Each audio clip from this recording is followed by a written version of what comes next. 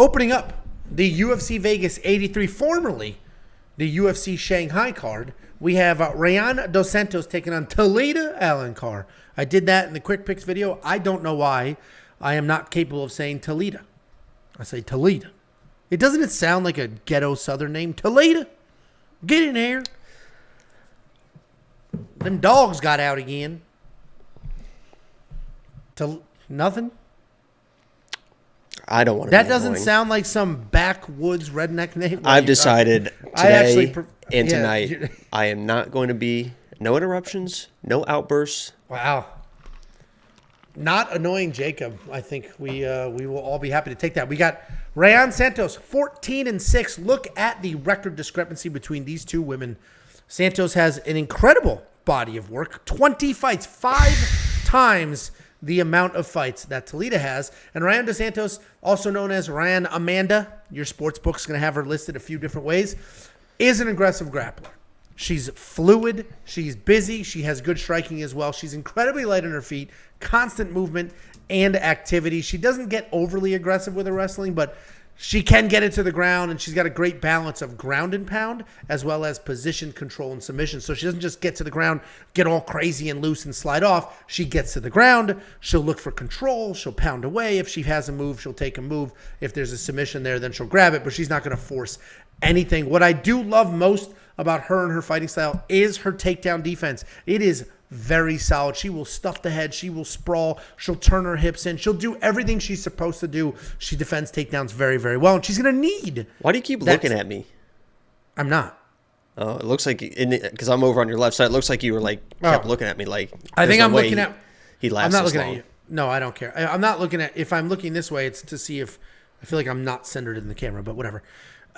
She's going to need that takedown defense because she's taking on Talita Alencar, who's just a nasty grappler. That 4-0 record is her MMA record. Her actual jiu-jitsu record, Jacob and I talked about this earlier on the phone, she's got every championship you could ever imagine. All the world championships, all the national championships. She's got all. IBJJF World Champion, Stop 2017. IBJJF World No-Gi Champion, 2016, 17, 2001. IBJJF Pan No-Gi Champion, 2019. European Open No-Gi Champion, 2019. Pan American Champion, 2017. Grand Slam Champion Abu Dhabi, 2017. Grand Slam Champion Rio, 2018. Abu Dhabi World Pro Champion, 2017. IBJJF World Championship, 2018. IBJJF Pan World Championship, 2018. IBJJ or European Open, 2020. IBJJ American National, 2016.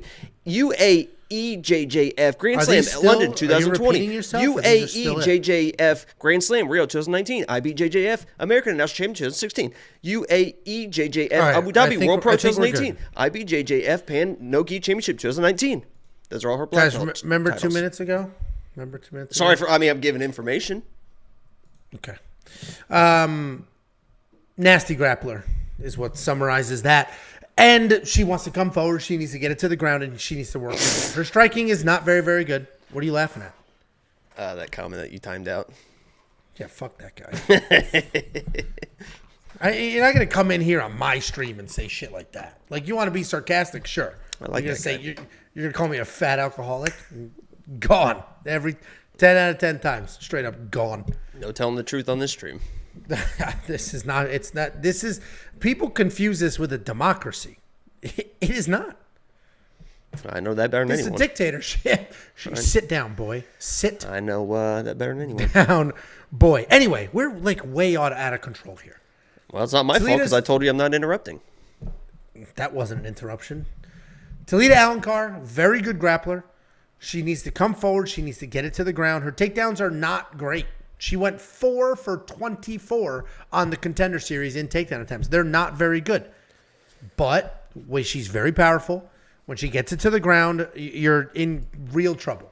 Even if she's not going to submit you, she has incredible control. You're not going to be able to get up. She's probably the best, at least the most accomplished grappler in this weight class. More accomplished than Mackenzie Dern. I still think Rayanne dos Santos is going to win. She is the favorite. I'm surprised it's not closer to a pick'em. Yes, she's got wild experience levels, but she is a grappler, and she's not the better grappler in this matchup. The only reason I do think she wins, though, is I was pretty high on her takedown defense. I think that is the difference. I think Talita going 4 for 24 in her last fight against somebody who doesn't have as good a takedown defense as Rayanne dos Santos does is going to be a problem. I think Rayanne's going to stuff the head, sprawl, do all the things, win the striking exchanges, make Talita look a little desperate with the grappling exchanges, and win a decision here. But Talita's very dangerous. Dos Santos is the pick, but I'm going to keep my money. Jacob Boy, what do you think? Yeah, I'm going Talita in this matchup because I think eventually it will go to the ground. I don't think – I know Rayanne's got decent takedown defense. That's takedown defense against 105-pound women. She's a former atom weight. And she's going to be taller in this matchup. But as far as like a full-figured woman and thickness, please, for the love of God – please, for the love of God, Google – and do whatever you need to do to look at Talita and the way that she is built. She is a big, strong, physical girl. So when these 105-pound girls that are really kind of just jiu-jitsu people trying to take her down, yeah, I agree. She stuffs the head. She knows what she's doing. She'll even do like a little wizard kick. I mean, she looks strong in those positions.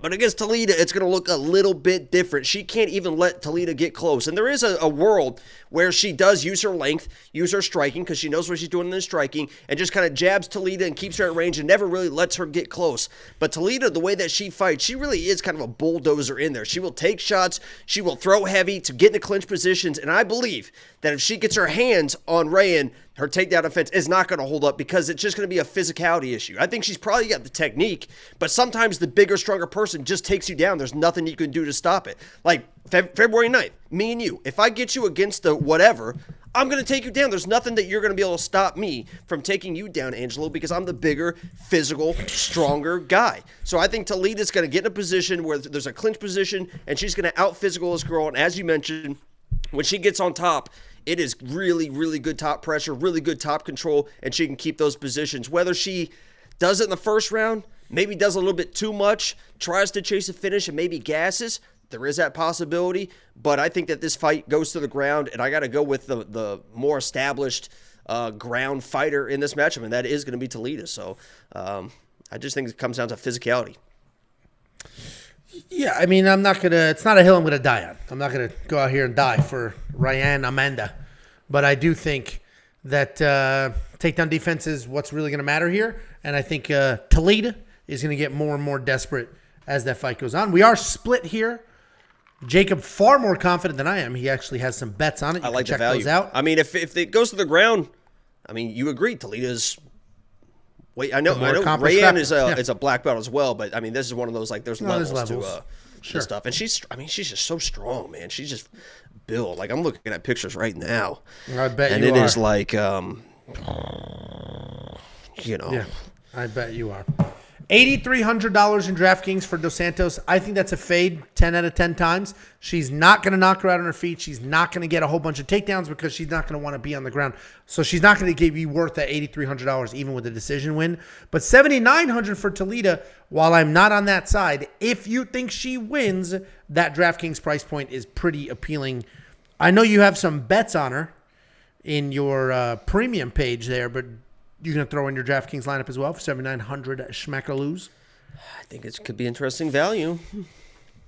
Awesome. I think she's at MMA Masters too. I could be wrong on that, but I think she's with Colby which is a pretty decent gym, especially for like a grappling gym. They got Colby and Themba and Nice. I can picture the other one, but Nice. I can't remember. No, I'm trying to remember. Yeah, that person. place is no. That Oh, they place got is they got Nate Laneware, and they have oh. I know those are all pretty good grapplers. If you want to check out Jacob's bets for this fight, WeWantPicks.com. Click Become a Member. It's only $10 a month. And listen, you made that little crack. Oh, when I get you to the ground. Jacob and I are fighting on February 9th. It is happening. What we're sorting out now, I'm trying to spare Jacob. And I'm not even being sarcastic. I'm trying to spare him. Oh, they have Ilya? Yeah, that's what I thought. I'm trying to spare Ilya Taporia. Yeah. No, they don't.